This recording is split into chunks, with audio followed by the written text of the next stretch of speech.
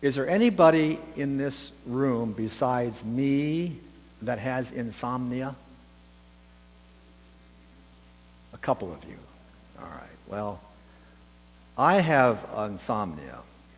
I can sleep great from about 10 p.m. until 4. And then I'm awake. And you know how it goes. You lie there. You think, it's too early to get up. Surely I'll go back to sleep. I hear the clock chime, 4:15, 4:30, 4:45, 5 a.m.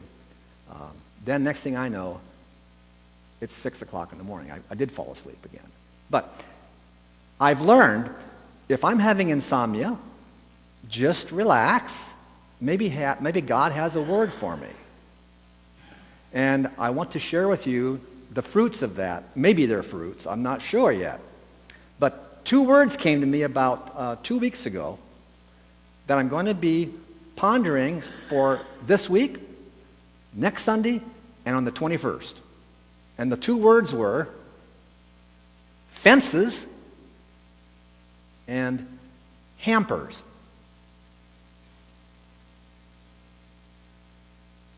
Well, I've learned just to accept that as something I am well advised to ponder. So, I thought, my sermon title for today is There's Something About a Fence. How many of you have ever heard of the poem or remember reading it by Robert Frost? It's entitled A Mending Wall. And the first line of that poem is, something there is that doesn't love a wall.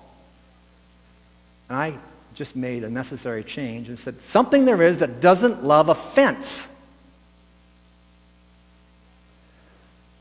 That poem describes the writer who's having an issue with his neighbor. They're mending a wall that has kind of crumbled down, a rock wall. And in the writer's mind, something there is that doesn't love a wall. It's not natural. It's not helpful. But the neighbor believes good fences make good neighbors. Here's the T-shirt that says, something there is that doesn't love a wall. You'll notice, maybe you can't see it, but this is a kind of a protest about the immigration issue from one side of that issue. But the shirt says the line from Robert Frost. And by the way, on the 21st of September, at least Pastor Rosanna and Pastor Elizabeth haven't vetoed this yet. Here's what I'd like you to consider for the 21st of September. It's based on a verse from Paul that says, clothe yourselves in the Lord Jesus Christ and do not satisfy self-indulgence. I'd like you to wear clothes that Sunday that speak to that to you. Clothe yourselves in the Lord Jesus Christ and do not satisfy your self-indulgent desires. I guess if you can't think of anything, wear your Sunday best. That's what Paulette said. Well, wearing my Sunday best is one way of doing that. But maybe some of you have some kind of a unique kind of a T-shirt or something that says a word about how you look at that, clothing yourself in the Lord Jesus Christ. Then the next caption is the word of the neighbor. Good fences make good neighbors. Well, the writer says, is that true? Why even have a fence? Maybe it makes sense if there's cows on one side or the other. But in our case, we just have trees. He has pine trees and I have fruit trees. What's the reason for a wall there or a fence? And then he says, if I was going to build a wall, I'd want to know what I'm walling in or walling out. Or to make the necessary changes. If I'm going to build a fence, it's worthwhile knowing what I'm fencing in or what I'm fencing out, doesn't it? Or, he adds, or it's worth knowing who this fence might give some offense to. So, don't ever take a fence down until you know why it was put up. Or you might say, don't ever put a fence up until you know really what it's for. Well, fences. Are they good? Are they not so good? Would we say it depends? At our place in North Manchester, Paulette erected a fence around our garden to keep out critters. And so, is it successful? Basically, except there's flying critters, that don't care about fences. So it's it has impact, but it's not totally satisfactory either. What do you think? Would you align yourselves with the fact that something there is that doesn't love a fence, or good fences really make good neighbors? And okay, Tim, you have a comment? You're asking me a question. I am. The fantastics, the theme on the fantastics is the fence that two fathers construct in order that their two children might ignore the fence and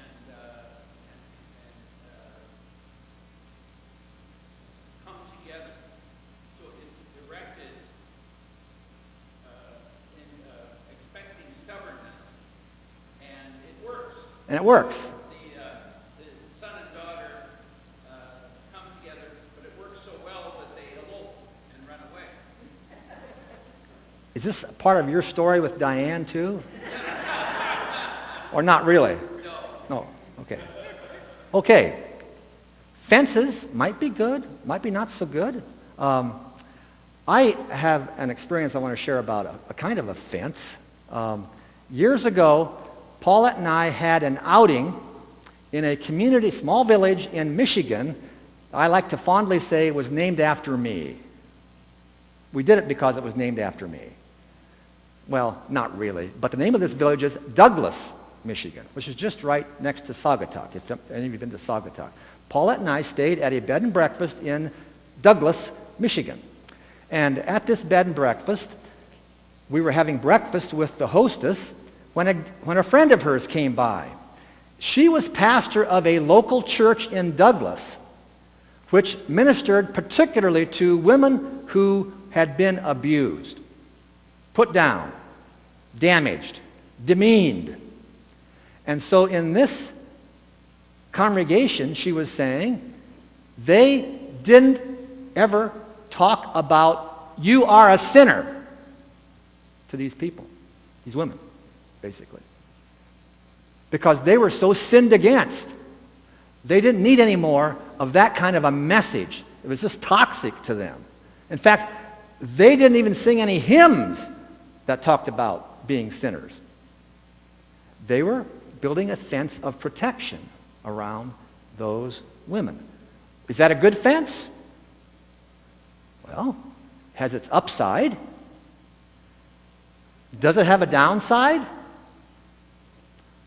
Long term, what would it mean for us in the church if we didn't talk about sin? It's kind of ambiguities there. Today, we are going to be looking at a fence of a different kind in the Scriptures. Now, thanks to Roger. Roger's kind of my go-to guy. He gets things done. I asked him to see if he can get me some sawhorses. And he said, well, I can get you some metal ones. I can get you some plastic ones. I said, I'd like to have wooden ones. And so he said, I'll tell you what, I'll get you some. And these come from Bruce Barwick. He said if I'd have asked him 2 years ago, he'd had a lot more of them. But he had these two. And then Roger also had these.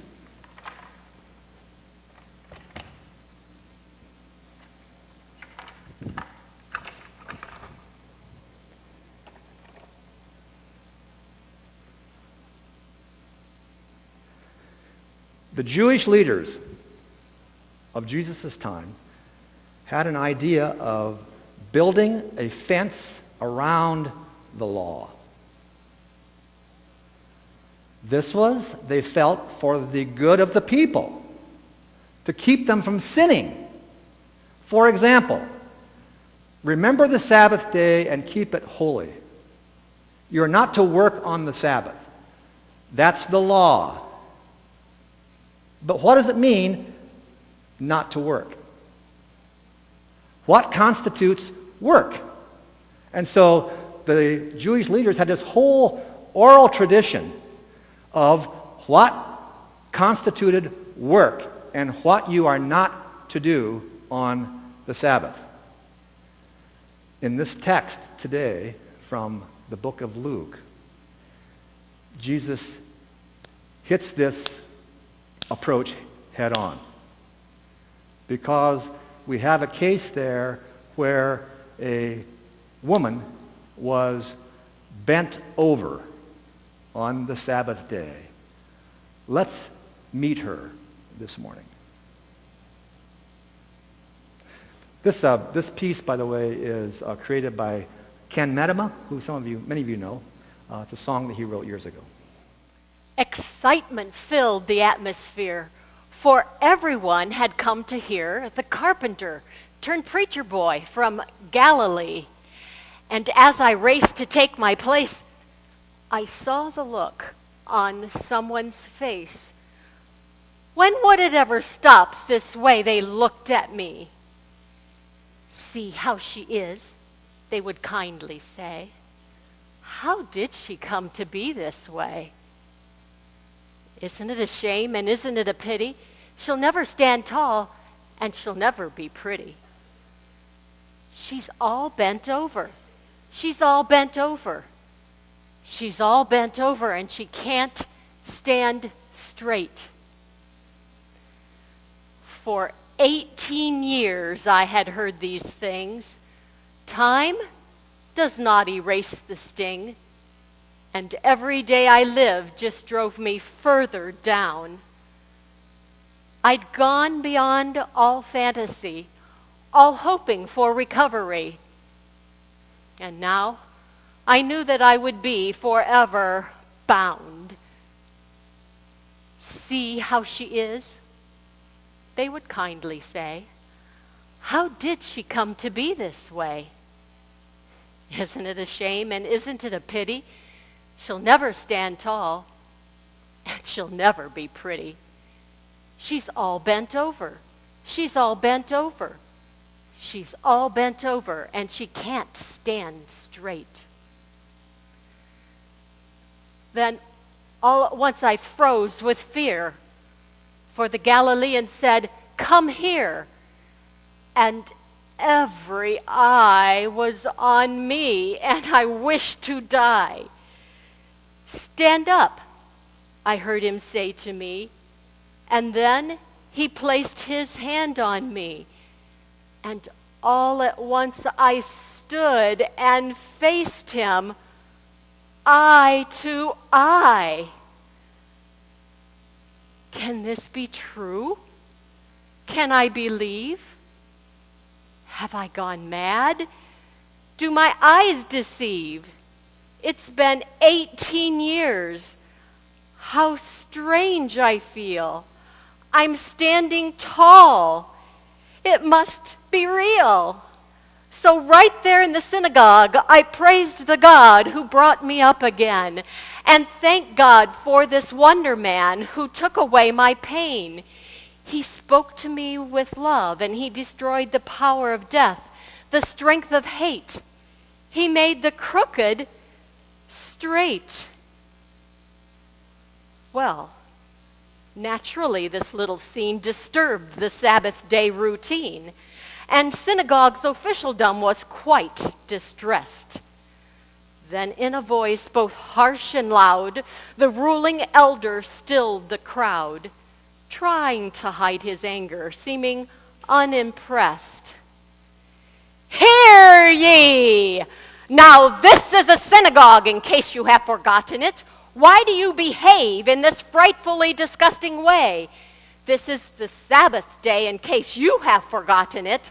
See how this crowd pleaser worketh on this holy day. This is a synagogue, in case you have forgotten it. Why do you behave in this frightfully disgusting way? See how this crowd pleaser worketh on this holy day.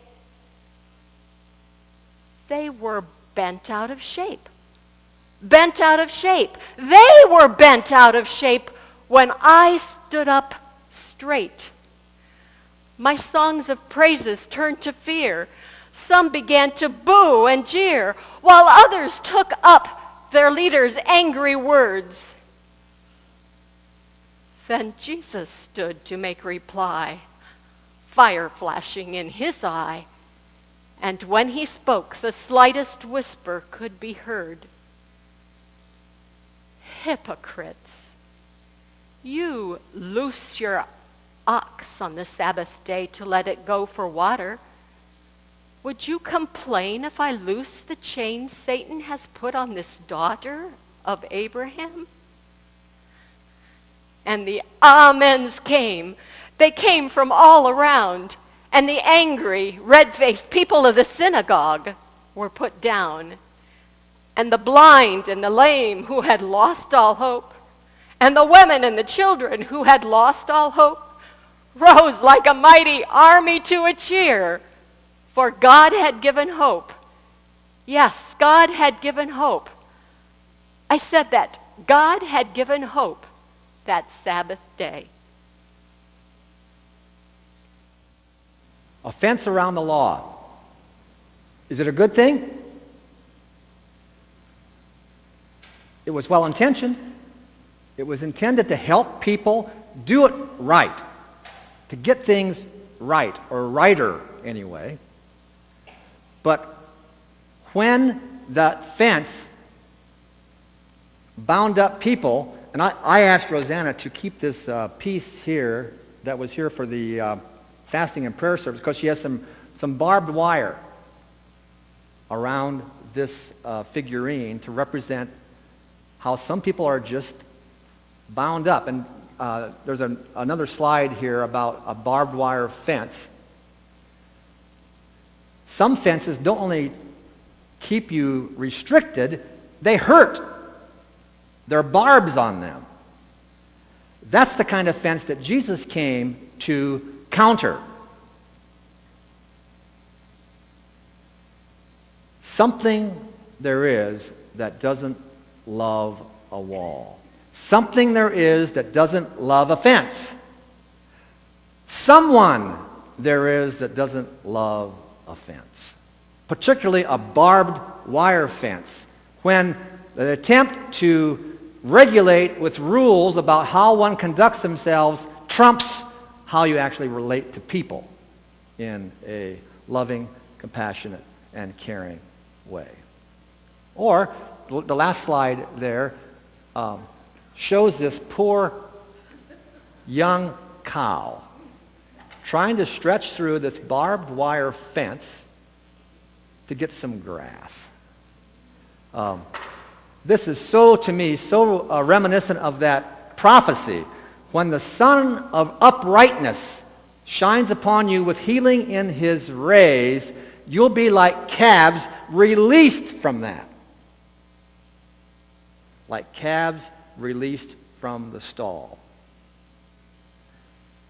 I know that straightening up means different things to different people. I still have those words echoing in my mind from my father. Straighten up now. Have any of us heard that kind of word once in a while? But I have a different approach here. Roger, come here a second. Now, you probably, the women in your life probably aren't like this. But when you had your first date with Ann, was there anyone that kind of said, no, straighten up here, you know, look good, look good for this, straighten up. By the way, Paulette does that a lot to me these days. She used to gaze at my face, with adoringness. Now when I get her gazing at me, she's pulling out rogue eyebrows. Anyway, but there's something. Happens to me all the time. It does happen to you too. Anyway, there's kind of a good straightening up, and not a put down straightening up. Thank you. Good sport. We, I believe, need to unite to untie. Same letters. Unite to untie those who are bound. We need to find ways to be the kind of people that cooperate with the Son of uprightness to release people to be all that God intends them to be. Children of God. Daughters of Abraham, like that woman. To look at them eye to eye. I brought these hampers. You'll see these down the way too. Mary Lou, are you willing to stand up and face the congregation? Oh, really? Yeah. No, just trust me here. This is not the ice bucket challenge. When we put a hamper over people, we are impeding them being seen for who they are. This is Mary Lou. She's God's child. She has her own wounds in life, like you all do. Straighten up. Seriously, you're just right. You're God's child. You're okay. Take the hamper off of people and really see them for who they are as God's beloved children. May it be so. Thank you.